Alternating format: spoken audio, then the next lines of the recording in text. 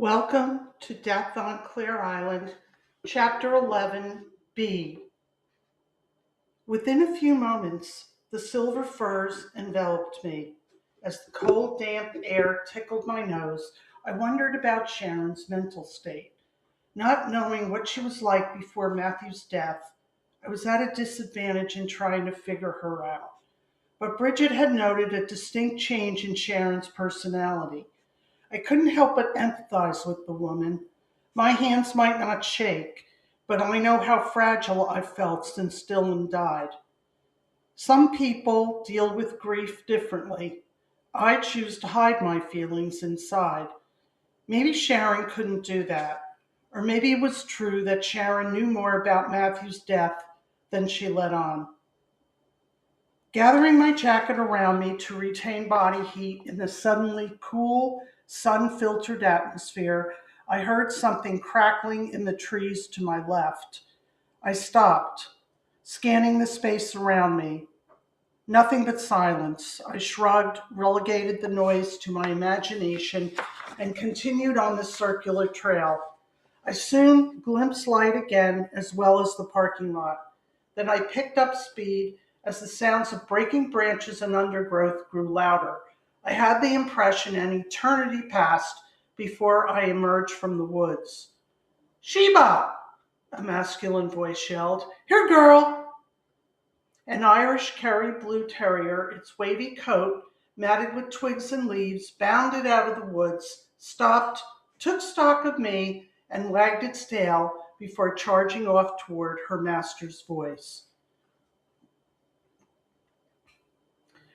The sun had dropped below the horizon when I arrived back to find Peter sitting on the stone wall near the front gate.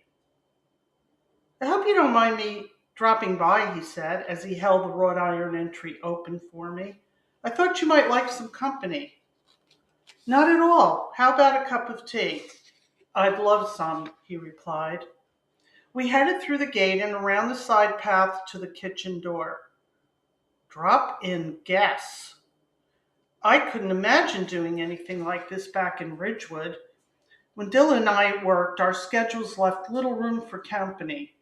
And on the rare occasion when we weren't toiling at our respective careers, we selfishly guarded how and with whom we spent our free hours. In contrast, random visits were part of the fabric of Ireland's community and village life. Rare was the afternoon when nobody stopped in for a few minutes to chat about the weather or ask me how long I planned on staying. I'd learned to keep a package of McVitie's milk chocolate digestive biscuits, Bickies as the Irish call them, milk, and Lyon's Original blend tea on hand. I hadn't expected to see Peter so soon.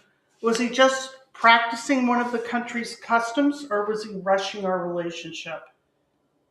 I hope it wasn't the latter, because I needed to get to know him a lot better before I could make a commitment. "Make yourself at home," I told him as we walked inside. "This will only take a few minutes." While I brewed a pot of Lyons for him and heated water for my peppermint tea, he ambled around the living room and admired some of the furniture. For me, the process of making tea, boiling the water, scalding the pot, measuring the leaves into a bag, is as comfortable as holding the warm mug in my hands and savoring the brew itself. I even considered the idea of sharing this ritual with Peter. "I see you've got some antiques here," he said, running his hands over a mahogany side table. "I suppose," I said, bringing the tea into the room on a tray. It was a total surprise to me that Dylan even had this place. "Yes, I remember you mentioned that when we met." Peter walked over to the mantelpiece and picked up one of the brass candlestick holders, studying the maker's mark. "I never met him, but his import business was well known in my circles. Why do you think he didn't mention this house to you?" "I have no idea, and I haven't given it much thought either." I placed the tray on the coffee table. "I've been focused on the search for my mother and whether or not to sell this place." Who was I kidding? This secret of Dylan's was a large meditation of mine. but not one that I wanted to discuss. Taking my cue, Peter said, "Well, if you ever decide to sell, there are several pieces here that are quite valuable." Then, sinking into one of the wing chairs with tea in hand, he asked, "So I guess you worked on your case today?" "Yes, I met with Sharon Dawson." "Really? Did she tell you anything?" "No, nothing. It's strange and frustrating," I said, and then I recited my conversation with her. And I didn't realize it until just now, but she had nothing of a personal nature in her sitting room. No family pictures, none of Matthew. Judging by the expensive artwork on her walls, she's obviously a collector, but she didn't have any pieces belonging to Matthew. "That doesn't really mean anything, does it?" Peter said. "I mean, it sounds like she's just a very private person." "She doesn't seem to be the type of woman that I'd have figured Matthew to have a relationship," I replied. Peter twisted his silver bracelet. It seemed like an absent, almost nervous gesture. "Opposites attract. Perhaps her strengths were what he needed, and vice versa." "You're probably right," I said, "but I think I'll go back to talk to her again. She was troubled, and I'd like to know what about." "Well, not tomorrow. We have a date to drive to Dublin, remember? I'll be here bright and early, and plan on having dinner with me tomorrow evening as well. That's an order. I'll be returning to Clare Island on Saturday, and it'll be some time before I'm back on the mainland. I have a new commission to find a pair of 18th century antique earrings that I need to tend to." He placed his empty cup on the side table, got up, and waited. I rose and walked him to the door. "In the morning, then," I started to say, when he turned and brushed my cheek with his lips. Then he was gone. I rubbed the cheek in question, which was now burning. The only man I've loved was Dylan. Did the rare brand of true caring that Dylan and I shared happen more than once? Could my feelings of romantic desire and magnetic physical attraction to Peter grow into affection and compassion?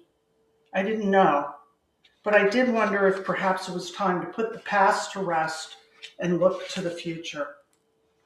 I moved into the kitchen to tidy up the dishes. Then the phone intruded on my mission. I guessed it might be Aunt Georgina, but it wasn't. "Would you be interested in attending a gala black tie dinner with me?" Lorcan asked. "Healy's Hotel in Pontoon is hosting a charity event, and I'd be pleased if you were my guest." I twisted the phone cord in my hand as I considered the invitation. Whatever had given him the idea to call me for a date? And how could I trust someone whom Dylan dismissed with an eye roll? But before I had a chance to respond, Lorcan's voice vibrated over the telephone line. "My mother is one of the auction sponsors, and Georgina is supplying some of the prizes.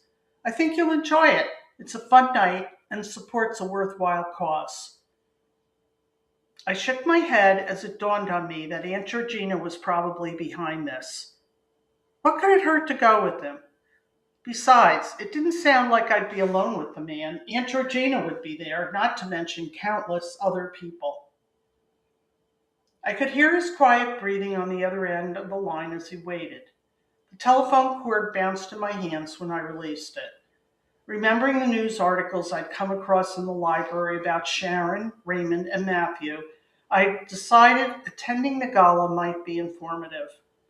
"When is it? I'll have to check my calendar." While I waited for his reply, I thought about the emptiness of my calendar.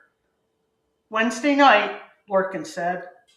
"Okay, I'll go," I told him, guessing that Sharon and Raymond's attendance would provide an opportunity to observe them in a more relaxed and open atmosphere. "Good." Lorcan paused. "Let's see, I'll pick you up at 9. That'll give us plenty of time for a leisurely drive to Pontoon before the gala begins at 9:30. Anyway, I'll talk to you before Wednesday," he said. Then the line went dead.